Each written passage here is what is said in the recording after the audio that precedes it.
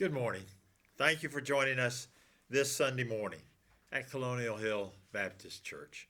I'm Ernie Armstrong, and it's my privilege to lead in Bible study this morning from Colonial Hill. Today we are scheduled to conclude our series of lessons from Proverbs. Our next two lessons come from Song of Solomon. And very frankly, I haven't studied those lessons yet. Today's lesson is actually being recorded early because of other obligations. I'll be back to meet those obligations before this is presented, but we needed to record it early. I say all that to say I haven't studied the next two lessons that follow it. And we'll determine at that point in time, when I do study those, whether we look at the Song of Solomon as our final two lessons, or we'll look at some additional Proverbs. Today's lesson is taken from the 31st chapter of Proverbs. It is one of the best known Proverbs or considerations of Proverbs, and it's extremely interesting. It is about the Proverb 31 woman. This so-called Proverb 31 woman starts out with a passage, verse 10, we start at verse 10, that is known to many of us. A wife of noble character, who can find? Asks Proverbs 10. Now let's pause for a second and sort of set the scene. Proverbs 31 says it is, verse 1, the sayings of King Lemuel, an oracle his mother taught him. Who is King Lemuel? We do not know. There is nothing that tells us who that is. Some commentators suggest that for some reason this is Solomon himself using this other name. Chapter 30 of Proverbs says that it's written by, or it says it is the sayings of Agur, A-G-U-R, son of Jacob, an oracle. Who is that? Again, we do not know. Some commentaries suggest that Agur may be Solomon himself, or he may, and I think this is a better possibility, be one of the people who has been gathering the Proverbs for Solomon to publish in what we now call the book of Proverbs, or Proverbs. Other commentaries think that Lemuel, King Lemuel, may actually be Solomon himself. But I do not know and cannot figure out why he would use a pseudonym for the publishing of this 31st chapter. Maybe because some suggest, at least in modern day times, that Proverbs 31, talking about the virtuous, not virtual, but the virtuous woman and or wife, is not politically correct. And so maybe it wasn't politically correct at the time of Solomon. The problem with that is it probably is politically correct for the time of Solomon. It doesn't fit very well in today's time for the likes of some commentators. Joshua Sharp wrote an article for the Baptist Standard, which was published, I kind of think it was in August of this year. Joshua Sharp is an associate pastor at First Baptist Church in Waco. And he has written a series of articles regarding the Sunday school lessons we have been studying. I have enjoyed his writings. In this for this particular lesson, Mr. Sharp, or Pastor Sharp, says the so-called Proverbs 31 woman is an idealized example of wifely virtue, the kind of bride any good evangelical man should dream of marrying, and any good evangelical girl should dream of becoming. But, Pastor Sharp goes on to say, this cliche, he calls it a cliche, can be and has been harmful for the popular, yet, he says, unbiblical notion that a Christian woman's highest calling is to be a wife and mother. And it also comes under criticism, chapter 31, comes under criticism because it has been used, says Pastor Sharp, to prescribe strict gender roles for women and wives, many of which are not actually found in the text of Proverbs itself. Well, before we get too critical of Pastor Sharp being politically correct, he goes on to say, even though to the politically correct, that's my term, he did not use that term, even though it causes those who are politically correct to look askance at chapter 31 and treat it with a degree of distrust, he says that's unfortunate because since Proverbs 31, when read carefully and in context, has much to say that is empowering for women and edifying to both women and men. I think that's, I certainly can agree with that part of it. I'm not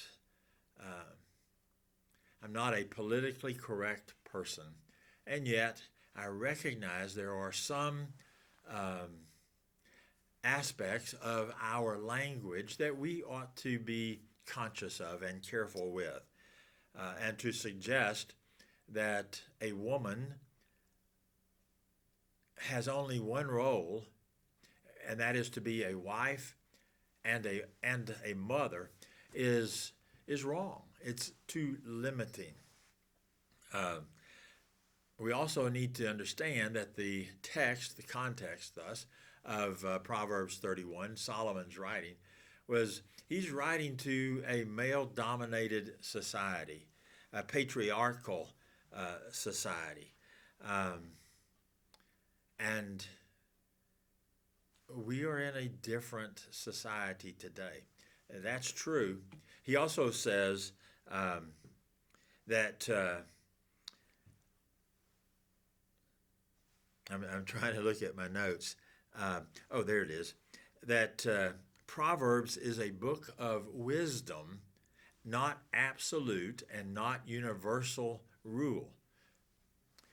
So Proverbs is not saying, women, you must be wives and mothers and have no other role. He is not saying that. Proverbs 31 is not saying that. It's a book of wisdom, and it provides us with good examples of wisdom. So let's look at what Proverbs 31 says, remembering the context, but also remembering that it applies wisdom ideas for all of us, men and women. As I mentioned, we start with verse 10, we'll go through verse 16, and then skip to verse 23 and go through the end of the chapter. And that doesn't mean the other verses are not applicable. They are. They're just as good. We just don't have time to cover it all. So let's begin with verse 10. And my older version of the New International Version entitles this, "The Wife of Noble Character." And that is similar to the title that our curriculum writers give for uh, this Sunday school lesson session. We begin with verse 10. A wife of noble character, who can find? She is worth far more than rubies.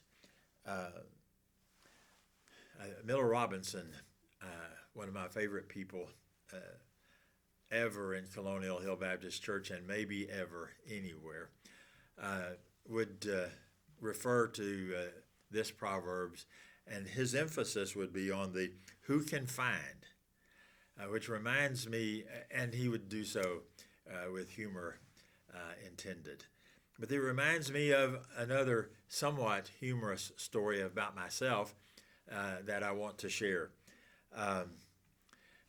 I think most all of you who listen to and watch our Sunday school lessons know that I was married for 36 years to one of the most Christian, saintly women to have ever graced this earth and certainly this community, Betsy. She passed away in 2006, and it was about 3 years later that I began to date Becky Johnson. Yes, that name Johnson. Think about Pastor Reed Johnson.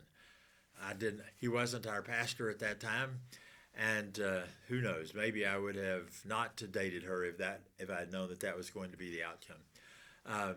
But get away from this story. I say that with humor intended. Becky and I planned to get married. We had already made entered into that agreement that we would be married.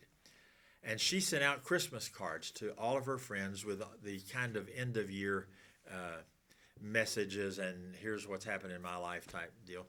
And in it, she said that she told people that we were dating and we were going to get married at spring break. She got a response back from one of the people that she had that had been her friend that she had written to. This person had been a member of our church, but had moved off to another city, to the Metroplex, I believe. And this person was somebody who had not been a fan of mine. They had had some dealings in court, or some relatives had some dealings in court, and I ruled contrary to their relatives' position. Sometimes that happens. I have to rule based on what I understand the law and the facts to be, and not based upon special relationships that it might have. And just because we were members of the church, I couldn't rule in favor of their relatives, who, by the way, were not members of the church. And so they were not happy. They were not happy with me because I ruled against their relative. This person responded to her friend, my then fiance, Becky, with this line. If there is anything good I can say about Ernie, and the implication was, I'm not sure there is anything good I can say about him. But if there is anything I can say good about Ernie, it's this: he sure knows how to pick his women. How does that fit in? Well, verse 10, a wife of noble character who can find? I have been blessed, quite probably more than anyone else, with having two of the finest, most noble, most virtuous women who have ever graced this community, Betsy and Becky, which of course causes a lot of name confusions. The author of Proverbs 31 goes on to say, she is worth far more than rubies. Amen. I know. I have I have now been married to two of the most virtuous, noble characters of women that can be found. Verse 11, her husband has full confidence in her and lacks nothing of value. A noble wife's devotion to her husband has a lasting effect on him. And again, to that I say amen. Proverbs says, his heart places complete confidence in her. And what a valuable commodity that is, to have a wife that you can have complete confidence in. I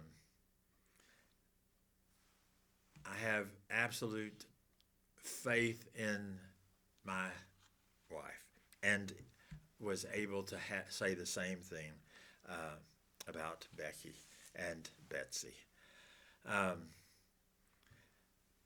So what does full confidence mean? He can confidently and wisely put his trust in his virtuous wife.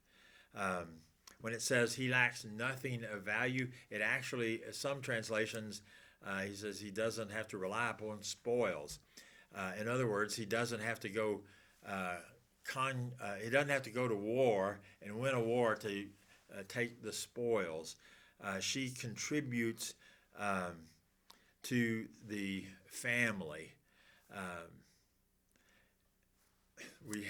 Becky and I have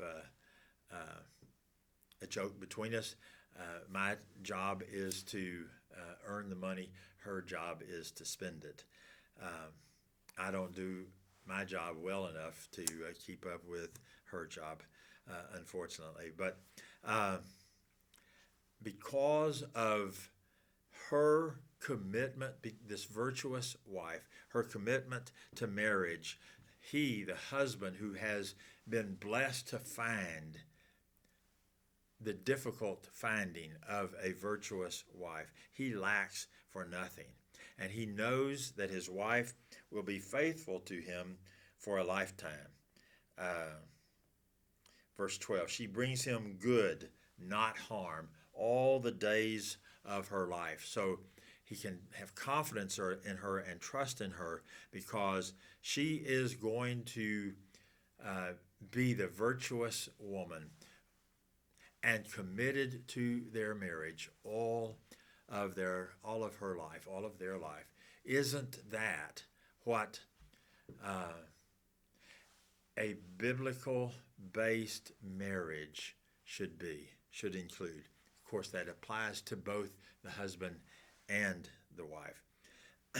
So the second quality that she has is that she is wise, says verses 13 through 16. Let's look at those real quickly. She selects wool and flax and works with eager hands. She is like the merchant ships, bringing her food from afar. She gets up while it is still dark. She provides food for her family and portions for her female workers, says the newer version of New International. She considers a field and buys it. Out of her earnings, she plants a vineyard. Her arms are strong for her task. I got ahead. That's 17. Out of her earnings, she plants a vineyard. This wife is not only trustworthy, not only someone that he, the husband, can place his confidence and trust in. She is wise. We see her using textiles. The idea is, I think back to my grandmother. My mother also. It's not something we see in today's home very often. My grandmother and my mother were sewers. They made clothing for us. They sewed them. Becky still has a sewing machine. You can pick it up and move it someplace, and it's not attached to a cabinet like my grandmother's was. She doesn't make our clothes, but she is handy with it. She'd made some clothing or she adapted some clothing for her daughter-in-law to wear for a limited period of time. The virtuous woman has all kinds of talents that helps her family. I don't think Proverbs is saying that every woman should be a woman who knows how to operate a sewing machine. I think most of today's women, men or women, have no idea how a sewing machine operates. I put myself in that category. We see this woman go to extra miles, to take extra steps to make meals for her family. She is like a merchant ship who gathers food from afar. She goes to the market and gets it together. She is industrious. She is wise. She will even go out and buy a field and work it. Now, what's the idea here? Because there are some in today's society who might still go buy property, but not very many would go buy cultivatable land and cultivate it. But the idea is, as we can extrapolate to modern day, is she makes investments that will grow in value. She is wise, and she is industrious. You don't buy a field and work it she planted a vineyard. If you're lazy, she is industrious. She is getting up early, verse 15. She gets up while it is still dark to do the things that will help her family. Over in Proverbs 6, verses 6 through 11, when Solomon was talking about 6 or 7 things that God abhors, hates. One of them is laziness.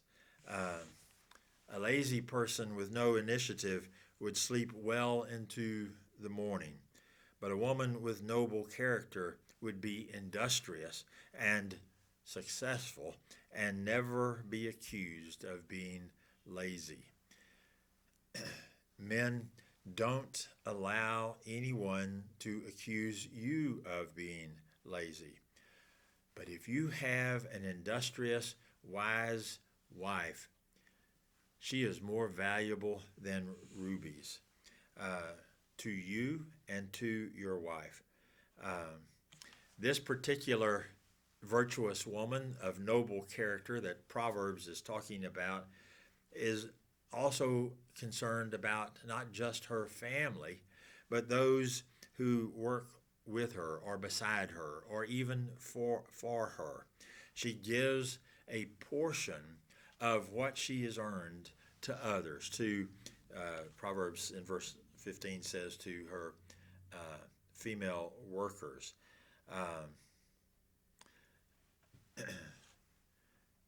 We are approaching Thanksgiving and soon thereafter Christmas.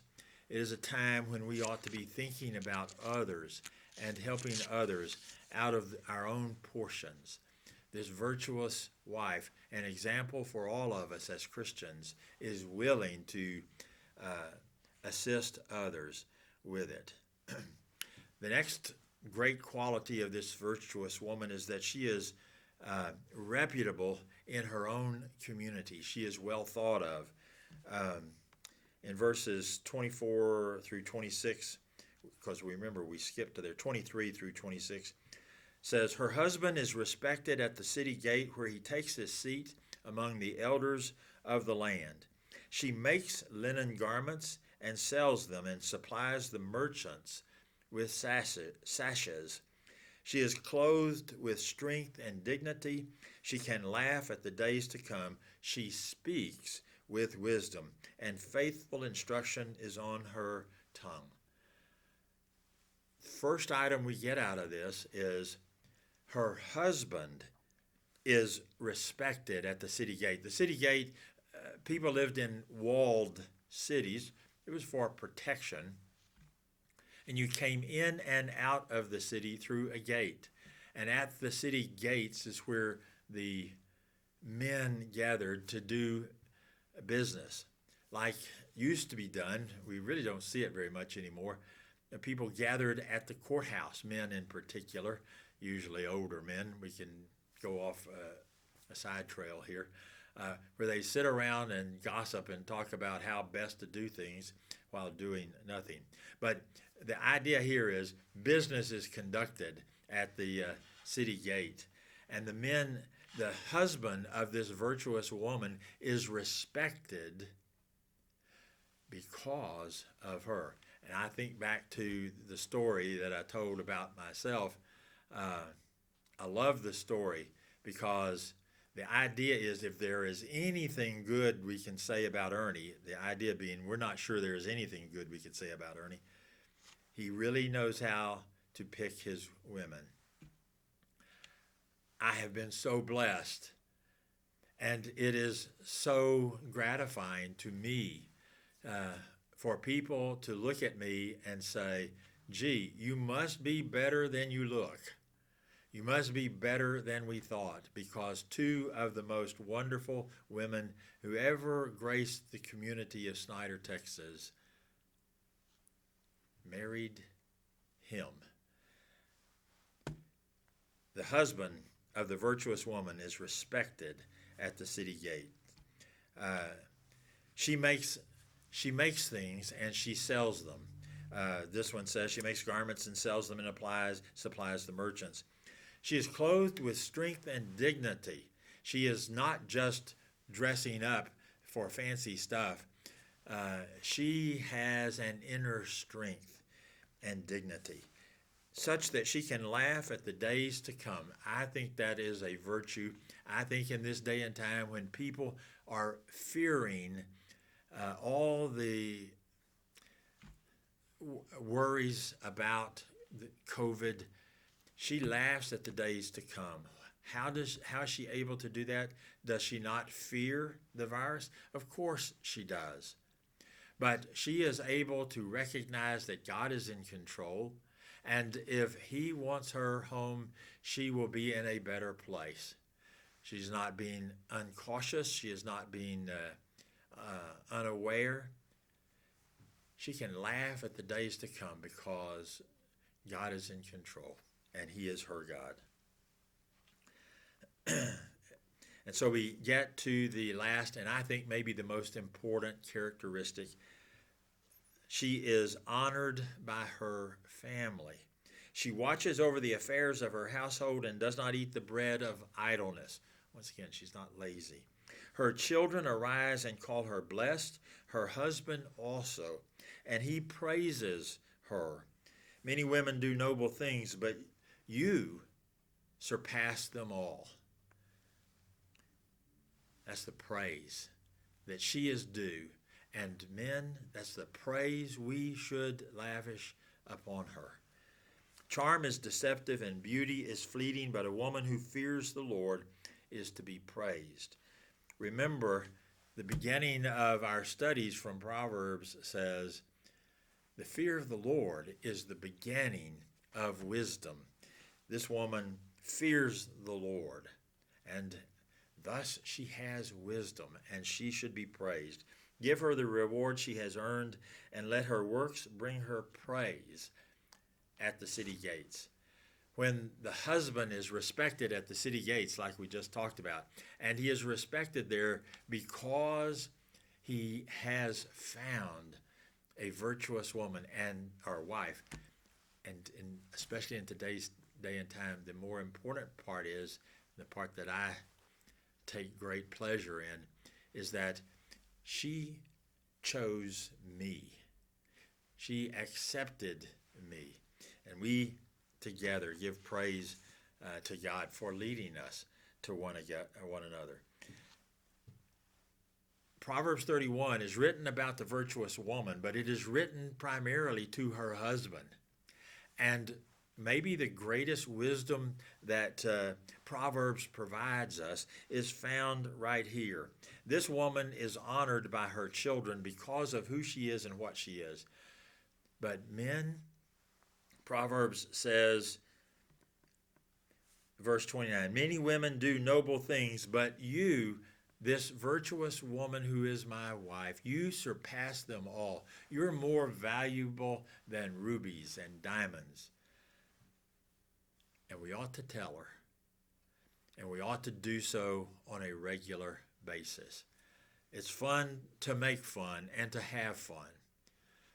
But when you are alone with your wife, and when you are in front of other people who look to her, praise her. She is more valuable than all the others. An interesting study. I have enjoyed it. I hope you get something out of it from being with us. Thank you for joining us again this Sunday morning. Good morning.